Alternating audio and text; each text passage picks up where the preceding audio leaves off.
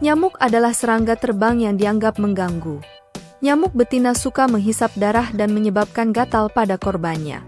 Jika korban gigitan nyamuk hanya merasa gatal, mereka masih bisa dianggap beruntung karena nyamuk juga bisa menyebabkan penyakit berbahaya seperti malaria, demam berdarah, dan lainnya.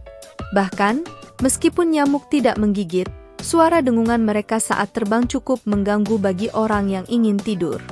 Namun percayakah Anda bahwa ada sebuah pabrik di Tiongkok membiarkan 20 juta nyamuk jantan setiap minggunya dan melepaskannya ke alam untuk kawin dengan nyamuk betina liar?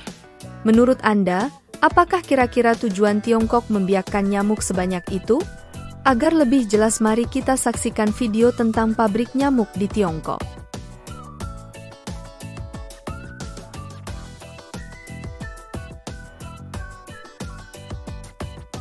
Sebuah tim ilmuwan yang dipimpin oleh Xi Xiong dari Universitas Sun Yat-sen Tiongkok dan Universitas Negeri Michigan mengumumkan bahwa mereka membiarkan nyamuk yang terinfeksi bakteri Wolbachia yang menghasilkan telur tidak subur ketika mereka kawin dengan nyamuk betina liar di negara tersebut. Karena penularan demam berdarah dan Zika dibawa oleh nyamuk, pelepasan serangga laboratorium ini dapat menghentikan penyakit tersebut menjadi epidemi. Pabrik nyamuk terbesar di dunia, dengan luas total 3.500 meter persegi, terdiri atas 4 bengkel yang masing-masing dapat membiarkan 5 juta nyamuk per minggu, telah didirikan di kota Guangzhou, Tiongkok Selatan, tempat demam berdarah menyerang setiap tahunnya. Di dalam pabrik ini terdapat ratusan nampan yang masing-masing berisi sekitar 6.000 jentik nyamuk yang menggeliat. Ruangan itu berbau bubuk hati sapi giling yang dipotong dengan ragi, makanan super untuk makhluk mungil tersebut. Belum jelas kemana nyamuk jantan tersebut akan dilepas liarkan pada masa mendatang. Namun proyek percontohan tim peneliti melepaskan 500.000 nyamuk jantan yang terinfeksi Wolbachia ke sebuah pulau kecil di Guangzhou pada bulan Maret 2015. Para peneliti mengklaim bahwa mereka telah menekan populasi nyamuk di pulau tersebut hingga 96%. Populasi nyamuk di pulau tersebut telah turun setengahnya pada bulan Juni tahun itu.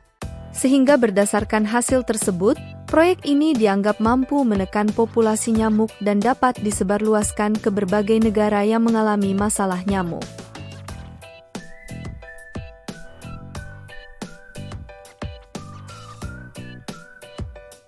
Virus Zika telah menyebar ke lebih dari 60 negara di dunia.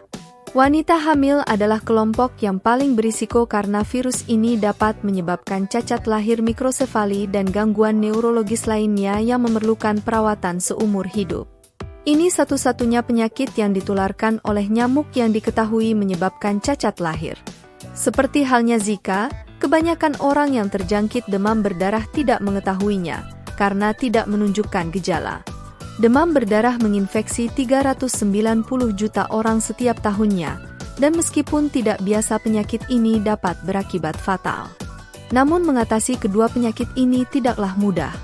Vaksin anti demam berdarah telah mendapat izin untuk digunakan di 6 negara di Asia dan Amerika Latin, namun beberapa ahli memperingatkan bahwa hal ini dapat menyebabkan peningkatan kasus jika tidak diluncurkan dengan benar, karena kemungkinan besar akan menjadi parah pada orang yang terkena demam berdarah untuk kedua kalinya.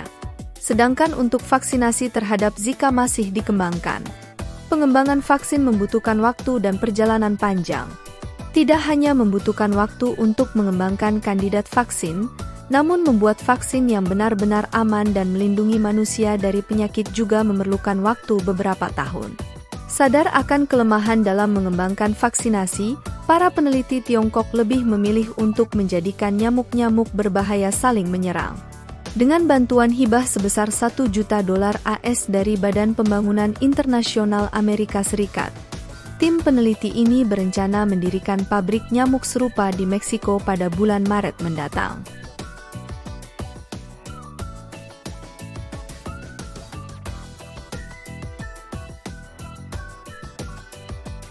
Para peneliti memulai dengan menyuntikkan Wolbachia ke dalam telur nyamuk di bawah mikroskop untuk menentukan generasi pertama nyamuk yang terinfeksi. Nyamuk-nyamuk ini kemudian berkembang biak dan menghasilkan lebih banyak telur untuk dipanen, yang kemudian ditumbuhkan di nampan berisi air hingga berubah menjadi larva. Setelah nyamuk-nyamuk tersebut menjadi kepompong, para peneliti secara manual memisahkan jantan dari betina melalui alat seperti saringan kaca di ruang pemisahan kelamin selama sekitar 4 jam setiap hari. Betina yang lebih besar terjebak dalam saringan sementara jantan yang lebih ramping meluncur ke dalam air di bawahnya. Petugas laboratorium memusnahkan nyamuk betina, sedangkan nyamuk jantan dikemas dalam wadah plastik agar bisa tumbuh menjadi nyamuk dewasa yang siap dilepas liarkan. Sekedar informasi bahwa Wolbachia bukan hasil rekayasa genetik. Ini adalah bakteri alami yang ada di alam, bahkan 60% spesies serangga memilikinya.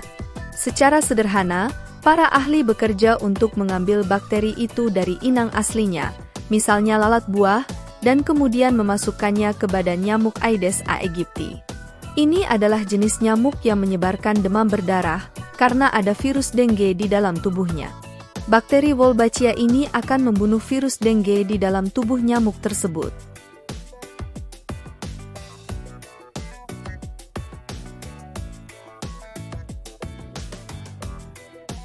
Nyamuk berwolbachia memiliki keuntungan lebih besar dibandingkan nyamuk hasil rekayasa genetika atau cara eksperimental lain untuk mengendalikan populasi nyamuk, karena perubahan genetik hanya membunuh satu generasi, sedangkan Wolbachia diturunkan ke generasi berikutnya melalui nyamuk betina yang terinfeksi.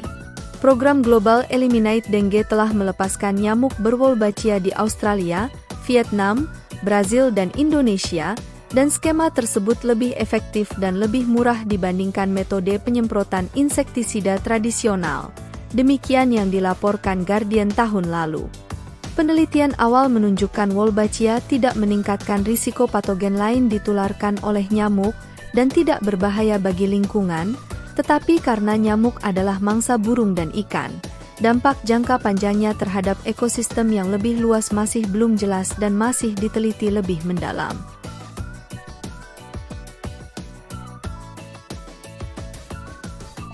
Sampai saat ini, Indonesia bukan satu-satunya yang memanfaatkan teknologi ini. Negara-negara seperti Australia, Brazil, Kolombia, dan puluhan negara lainnya turut mengaplikasikannya. Di beberapa daerah, program nyamuk Wolbachia mendapat penolakan dari masyarakat. Kekhawatiran akan dampak kesehatan dan lingkungan dari pelepasan nyamuk ini masih menghantui.